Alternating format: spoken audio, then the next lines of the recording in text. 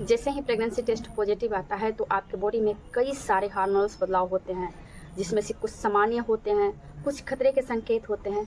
तो आज मैं प्रेगनेंसी टाइम में ऐसे ही 10 खतरे के संकेत लेके आई हूँ। अगर वो आपको प्रेगनेंसी टाइम में महसूस हो रही है या फिर वो लक्षण आपको नज़र आ रहे हैं तो ऐसे में आपको घर पर रुककर बिल्कुल भी वेट नहीं करना है, तुरंत हॉस्पिटल जाना है। तो फ्रेंड्स, मैं स्वाति सिस्टर आप सभी का स्वागत करती हूँ इस इन्फॉर्मेटिव और न्यू वीडियो के साथ। तो आप लोग वीडियो को पूरा एंड तक जरूर देखिएगा क्योंकि वीडियो आपके लिए बहुत ही इन्फॉर्मेटिव होने वाली है। वीडियो में आगे बढ़ने से पहले आप लोग कमेंट में ज़रूर बताइएगा कि आपकी प्रेगनेंसी का ये कौन सा महीना है, या फिर आगे जो मैं बताने वाली हूँ खतरे के सिम्टम्स, क्या आपको भी ये सिम्टम्स नज़र आ रहे हैं, कमेंट में ज़रूर बताइएगा। नंबर 1 है फ्रेंड्स, खून यानी कि ब्लीडिंग आना, ले जाने के रास्ते आपको ब्लीडिंग होना। ब्लीडिंग होना वैसे तो प्रेगनेंसी के बहुत सी महिलाओं को होती भी है और बहुत सी महिलाओं को नहीं होती है, और ब्लीडिंग होना हर एक ट्राइमेस्टर में अलग अलग कारणों से होती है। इस पर मैंने एक डिटेल्स वीडियो बनाई है, वो आपको स्वाति नर्सिंग ब्लॉग्स पे मिल जाएगी, आप वहाँ जाकर देख सकते हो। तो यहाँ ब्लीडिंग की बात कर रही हैं, जो कुछ ब्लीडिंग जो है नॉर्मल भी होती है और कुछ ब्लीडिंग आपको खतरे के संकेत भी होते हैं। जैसे कि प्रेगनेंसी के पहले तिमाही में अगर आपको ब्लीडिंग हल्की नज़र आ रही है, स्पॉटिंग नज़र आ रही है और ये ब्लीडिंग थोड़ा 1-2 दिन के लिए आ रही है तो ये बिल्कुल ही नॉर्मल है। लेकिन वहीं अगर प्रेगनेंसी के दूसरे तिमाही में आपको ब्लीडिंग हो रही है, दर्द हो रहा है कमर के नीचे हिस्से में, तो ये एबॉर्शन का कारण हो सकता है। वहीं प्रेगनेंसी के तीसरे तिमाही में जैसे कि 7वें 8वें 9वें महीने में आपको ब्लीडिंग हो रही है तो ये बिल्कुल भी सेफ नहीं है। या ये तो हो सकता है या तो आपको समय से पहले डिलीवरी का संकेत हो या आपके प्लासेंटा से जुड़ी कोई प्रॉब्लम हो। अगर प्रेगनेंसी के तीसरे तिमाही में ब्लीडिंग ज़्यादा हो तो आपको तुरंत डॉक्टर से दिखाना चाहिए।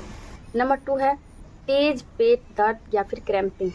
तो फ्रेंड्स, ये भी हर एक तिमाही में अलग अलग कारणों से पेट दर्द भी होता है।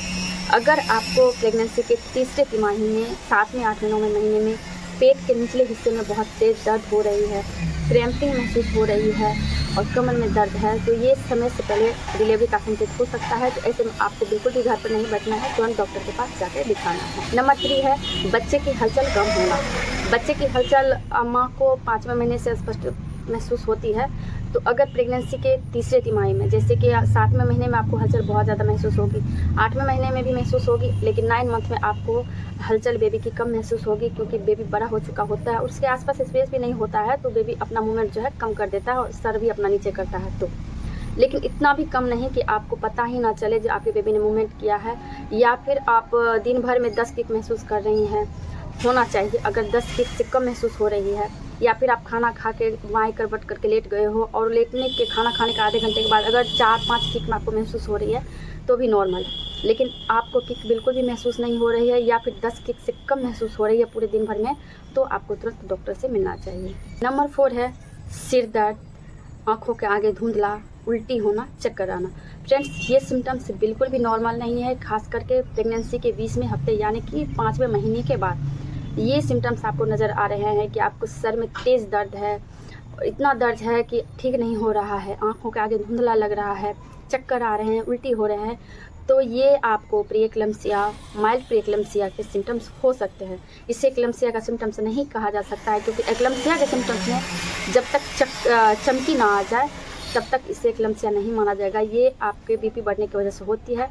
तो ऐसे में आपको डॉक्टर को दिखाना चाहिए और आपको भी अपने खाने में नमक का सेवन कम करना चाहिए, खास करके कच्चे नमक का सेवन, इससे बीपी बहुत जल्दी बढ़ता है। तो आपको नंबर 5 है चेहरे और हाथ पैर में स्वेलिंग।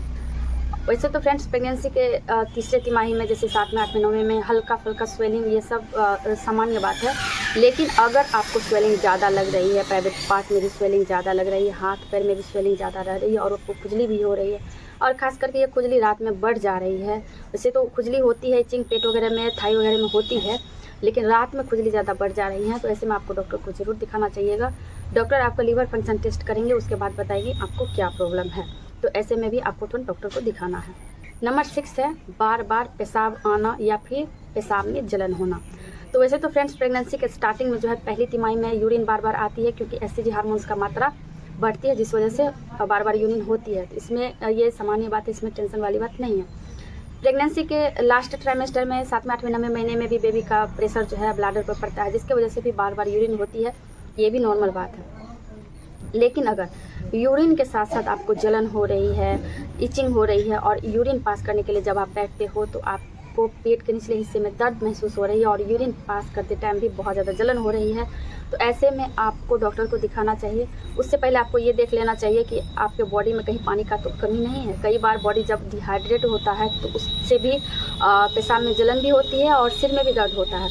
तो अपने वाटर लेवल को मेंटेन कर ले। अगर आपको लगता है कि आपके बॉडी में वाटर लेवल सही है और फिर भी आपको ऐसा हो रहा है, तो ये यूरिन इन्फेक्शन, STD जैसी प्रॉब्लम हो सकती हैं। हो सकता है कि आपको इन्फेक्शन हो गया है, तो आपको तुरंत डॉक्टर से मिलना चाहिए। नंबर 7 है फ्रेंड्स, प्रेगनेंसी में कई महिलाओं को उल्टी की प्रॉब्लम होती है, जो कि बिल्कुल ही नॉर्मल है। ये हार्मोनल बदलाव के कारण होते हैं, लेकिन कई महिलाओं को ये तीसरे महीने के बाद धीरे धीरे कम हो जाती है। तो कई महिलाओं को पूरे 9 महीने तक उल्टी होती है।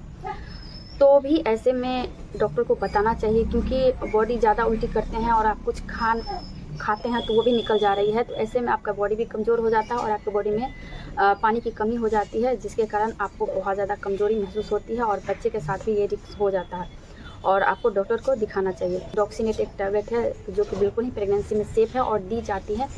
हमारे हॉस्पिटल में भी डॉक्सीनेट ही चलाया जाता है, तो आप अपने डॉक्टर से बात करके ये टैबलेट ले सकते हो। नंबर 8 है बुखार, ठंड लगना और बॉडी में पेन, यानी कि पूरा बॉडी ही दर्द कर रहा है।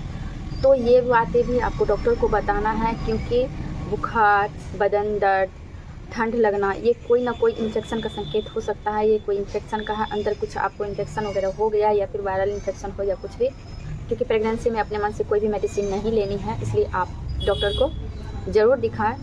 ऐसे अगर हल्का फुल्का बदन दर्द है तो सिंपल एक प्लेन PCM आती है गवर्नमेंट हॉस्पिटल में, पैरासीटामोल, वो आप ले सकते हो, क्योंकि प्रेगनेंसी टाइम में पैरासीटामोल सेफ टेबलेट होती है।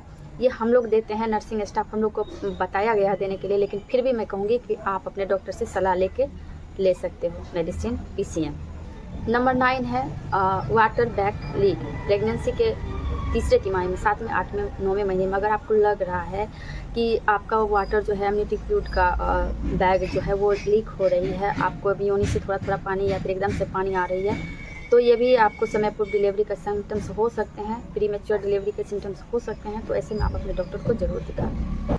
नंबर 10 है चक्कर या फिर बेहोशी जैसे सिम्टम्स। ये अक्सर प्रेगनेंसी टाइम में तब होती है जब आपके बॉडी में ब्लड शुगर लेवल कम हो जाती है, तो ऐसे में बेहोशी जैसे सिम्टम्स हो जाती हैं। तो ऐसे में आपको तुरंत डॉक्टर के पास जाना चाहिए और अपना शुगर लेवल ज़रूर चेक करवाना चाहिए। तो फ्रेंड्स, ये थी आज की वीडियो जिसमें मैंने खतरे के संकेत को कवर करने की कोशिश की है। अगर आप लोग को वीडियो पसंद लगी होगी, इन्फॉर्मेटिव लगी होगी, तो अपने प्रेग्नेंट फ्रेंड्स और अपने फैमिली मेम्बर को ज़रूर शेयर कीजिएगा और हमारे चैनल को सब्सक्राइब कीजिएगा और हमें भी थोड़ा सा प्यार दुलार दीजिएगा। मिलती हूँ नेक्स्ट न्यू और इन्फॉर्मेटिव वीडियो के साथ। तब तक के लिए बाय बाय, टेक केयर।